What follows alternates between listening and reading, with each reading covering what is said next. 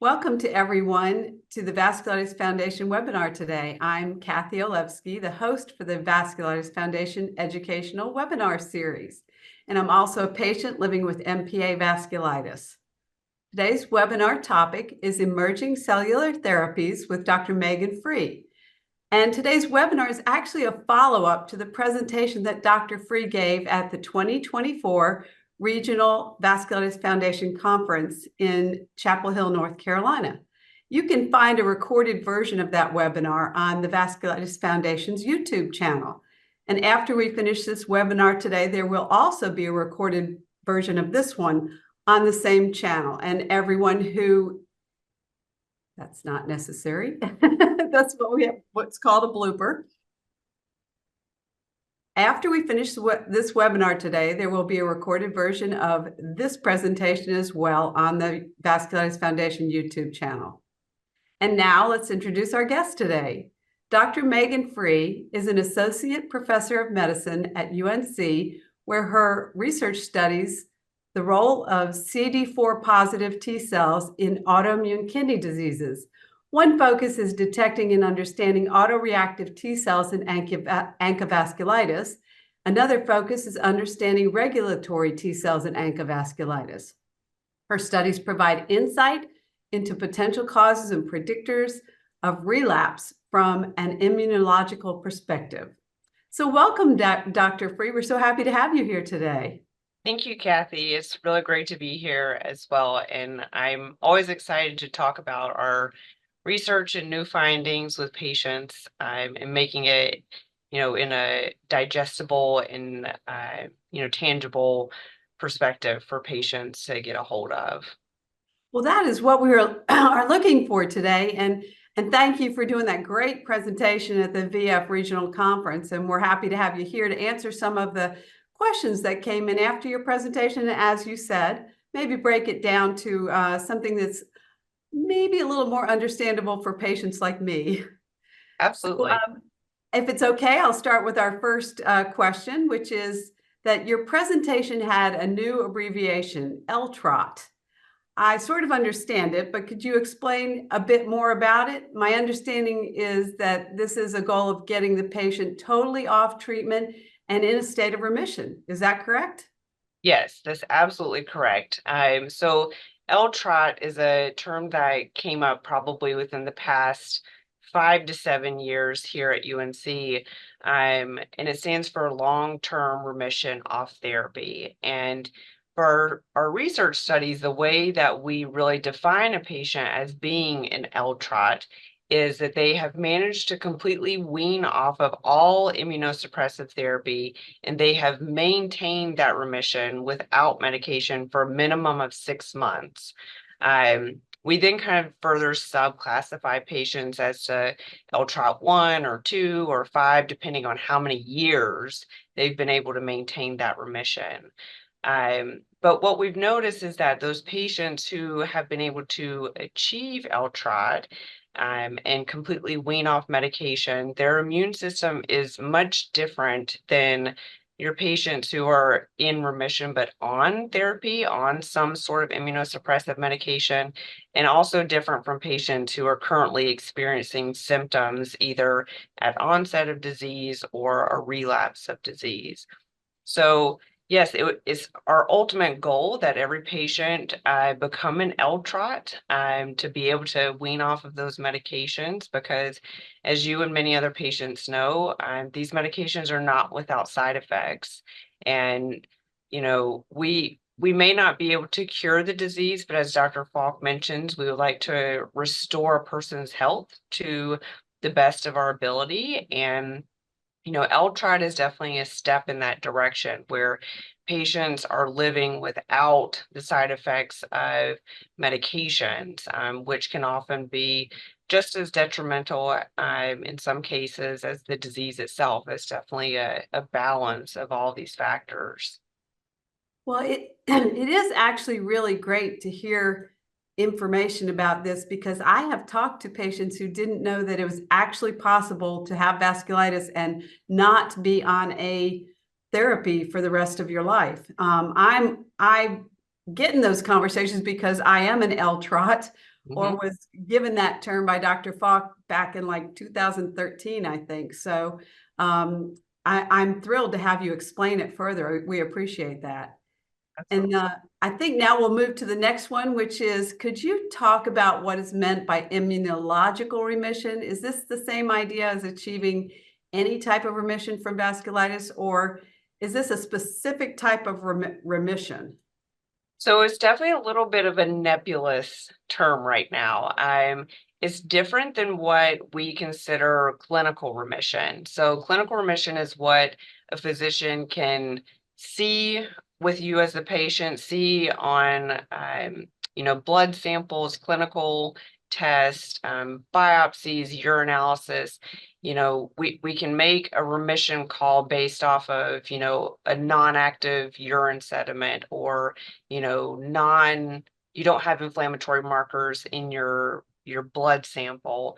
But what we're talking about is something that's a little bit deeper than that, because we know that patients who are in clinical remission can still go on to flare pretty quickly thereafter. 1 month they could be in clinical remission, and then the next month go on to have a flare. And we often question ourselves on the research side, was that patient truly in remission the month prior, or are there some subclinical issues going on that we don't know how to test for yet, that maybe that person is not truly in remission? And so when I use the term immunological remission, we're talking about looking at individual immune cells and asking the question of them, are you behaving like a good immune cell, or are you still behaving like a bad immune cell?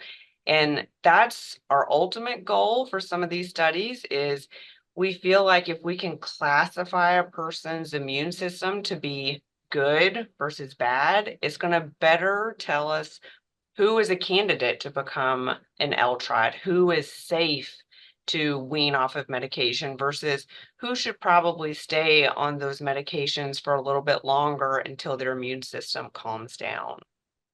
Well, that makes total sense. And I'm so happy that we're now talking about an immunological remission, so that people will start to understand what are the things that make it possible for them to move towards being an LTROT. And we're all trying to achieve that goal. So we appreciate that there's something that helps us understand it.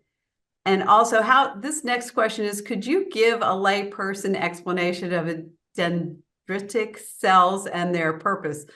What is the important takeaway from this process as it pertains to vasculitis? And I think you might have a slide to share with us on this. Yes, so I'll bring it up right quick. Dendritic cells are really interesting cells. So this was, let me make sure I have this the right way. So I will say, in my youth, actually, as Dr. Falk would say, I worked on dendritic cells. So I used to, before I came to the vasculitis side, I worked with dendritic cells in the setting of allergic asthma. So dendritic cells are an old friend of mine. So this is the image that I showed at the Vasculitis Foundation several weeks ago, in which a dendritic cell is presenting antigen to a T cell, which is a cute little cartoon. But I think in order to dig a little deeper, is easier to understand what a dendritic cell is doing and how this plays into the immune system. So dendritic cells, they're called that because they have all these little arms that stick out, and they look like dendrites, which is a word that's derived from trees. So that's where dendritic cell, the term, comes from. Dendritic cells are constantly patrolling our body, and they come across pieces of antigen. Now, this is in a healthy, functioning immune cell system. This would be a piece of a bacteria or a piece of a virus. But unfortunately, in autoimmune disease, this can be a piece of ourselves. In the case of ANCA vasculitis, it's the case that this antigen is MPO or PR3. Now, what dendritic cells do is they basically capture that antigen, they bring it inside themselves, they gobble it up and chew it up into little tiny pieces. So the antigen is then chopped up into these little tiny pieces. And then they're loaded back onto the surface of the cell, and they're put into a receptor that's called an HLA, a human leukocyte antigen. And that's what is basically presenting antigen to our immune system. The best way to think about this is a handshake. So that dendritic cell then does a handshake with the T cell, but that handshake is very specific, and it's only going to find T cells that can shake this MPO or PR3 little nugget in that HLA. And this interaction is very important for the immune system because it determines which direction the immune system goes in. Is this going to be a pro-inflammatory, or is this going to shut the immune system down? Obviously, in the case of vasculitis, this turns the immune system on, and it leads to proliferation of T cells, which then can go wreak havoc on our immune system.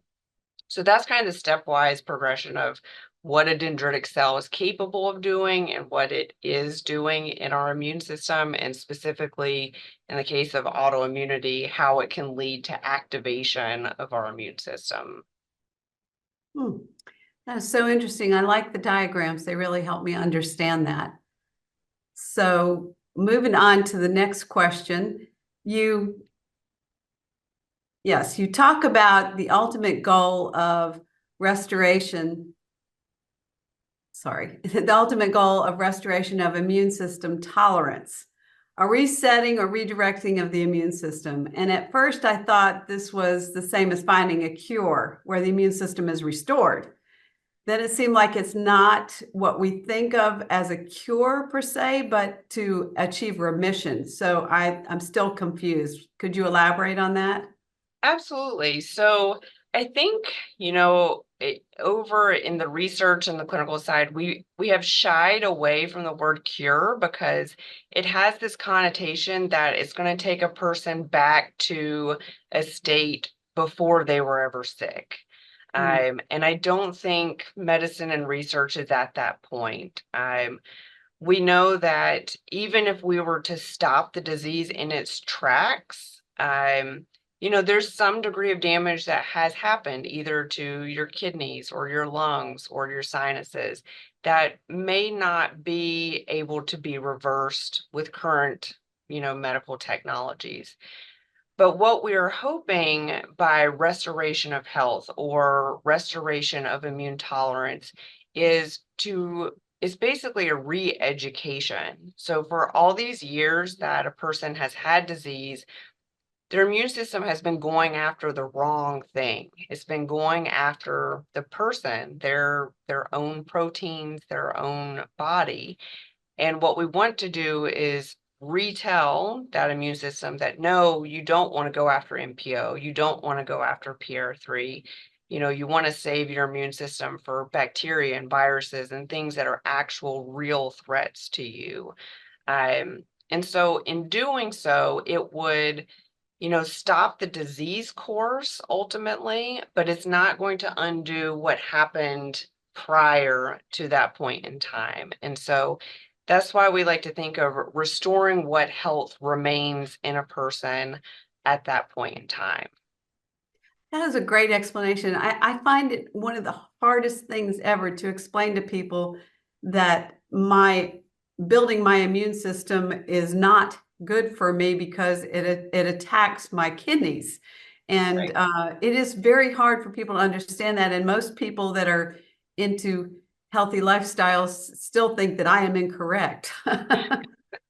So it was a great explanation. I appreciate that. And also, suddenly I'm hearing a lot about CAR and CAAR-T cells. Your pro-con slide did help to break it down for a regular patient like me, but I'm still not understanding the big picture. Several doctors have said it's too early, it's too premature, but they didn't say too premature for what exactly. So do they mean this research is too premature to provide possible therapeutic options?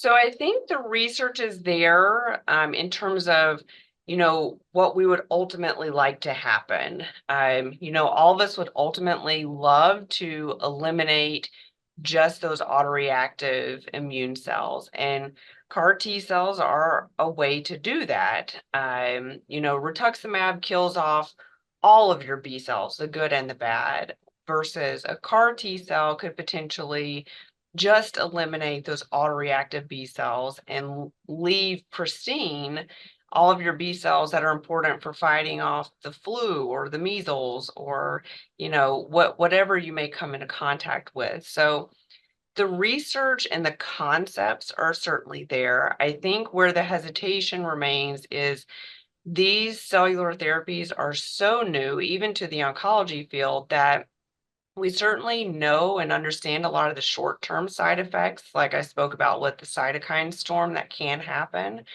but we're just on the cusp of starting to see and understand the long-term effects. Some of these patients are finally years out in the oncology field of having a dose of CAR T cells, and that's where we're starting to see some of those T cell lymphomas that could be attributable to the CAR T cells. And that's what has some people a little nervous and pumping the brakes a little bit. And so it does beg the question, does there need to be a redesign of the CAR T cells to make them safer and kind of give them an off switch if there are certain cases in which they could become cancer causing? Now, I will say the other con to CAR T cells is generation of those cells is very involved. It involves, taking the T cells from a patient, genetic manipulation of those cells, growing them in culture for days and weeks, and then reinfusing them back into a patient.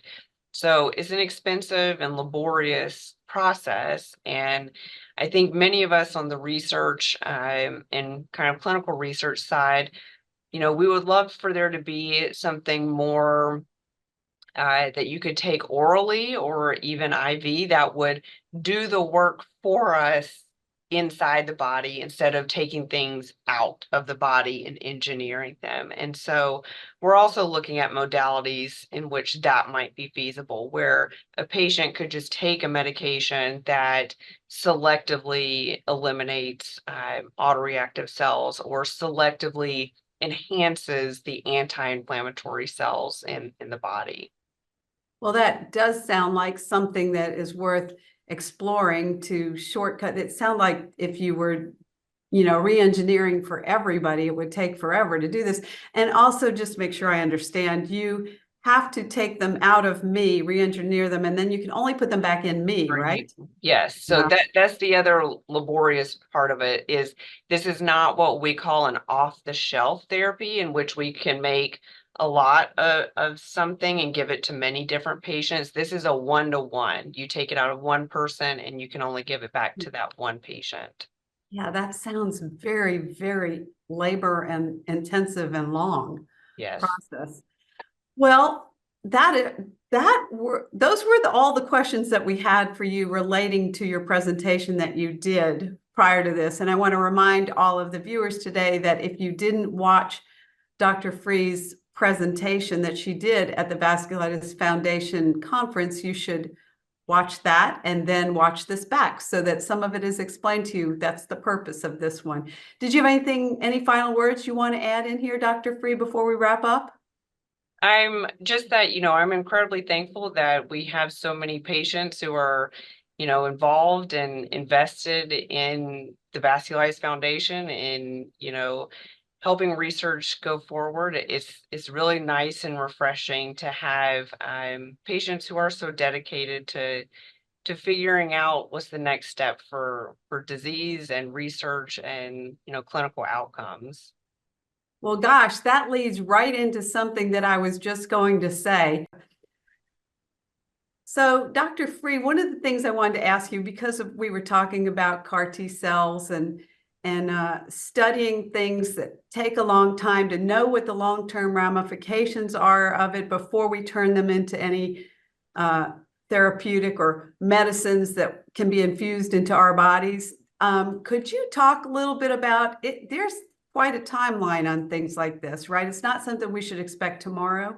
Absolutely. So I think there's kind of two branches to think about and talk about. And one is, new medications and new therapies, and the other is new biomarkers.